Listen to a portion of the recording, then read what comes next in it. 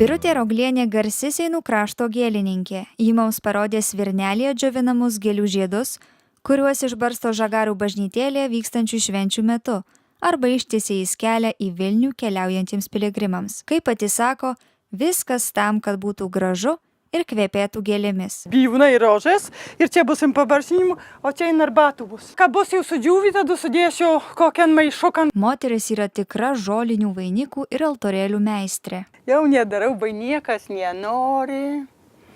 Kaip sakė, O tai kam čia buvo paveikslai skirti? Kokia proga? Buvo kėdais tokias kunigas Alekševičius atvažiavo ir buvo dažinkos. Jis padarė pirmas dažinkas. Tokias iš varpų, iš gėlių, iš visko. O paskiau tiep laikė šitie ilgai, kur 30 metų daugiau, o dar aš žozą darau tiep ir paskiau iš gėlių aliejai man tiep greitą, tiep nebuvo kur padėti, bent paskiau iš sėklų pradėjau daryti. Visokias sėklas susirinkau, visokių spalvų sėklų yra.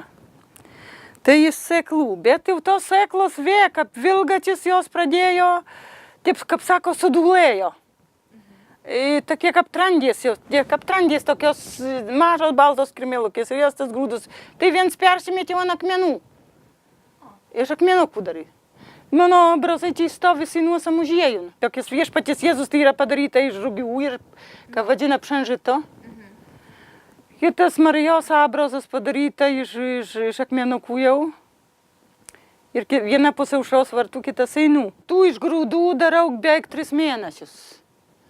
Ali biskį ir nakties buvo griebta, ali tai daug. Ir tai 2 adatom ir galais plonešniais, galais, kaip napškat rugio. Rugio yra vienas storašnis, kitas plonešnis. Tai tais plonešniais, bet kaip storais, tai, į šonus nuvėjus.